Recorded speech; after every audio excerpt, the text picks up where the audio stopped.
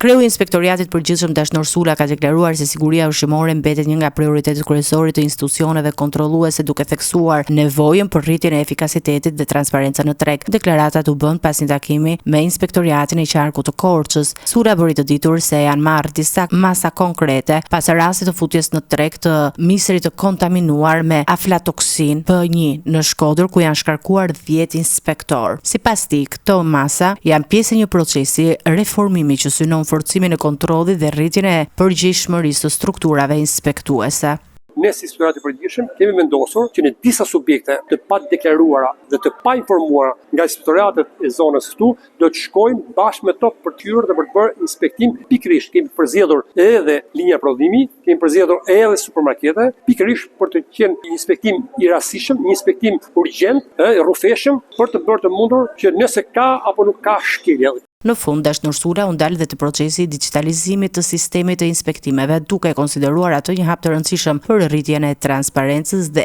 efikasitetit në monitorimin e tregut ushqimor në vend. Do ndjeki gjurmëshmërinë nga 5 produkte, në mëzëmët 3 ose 4 janë importi, që do të thot hyrja në pikën doganore të Kapshtisë juaj, apo të Qafët të Thanës në Progrades, apo në pikët e tjera doganore, është shumë e rëndësishme që ne të kemi gjurmëshmërinë nëpërmjet sistemit, që do të thot pra që dihet si ka hyrë, me çfarë certifikate ka ardhur, çfarë sigurie ka dhe afati kohor i tij që do duhet të qarkullojë në treg.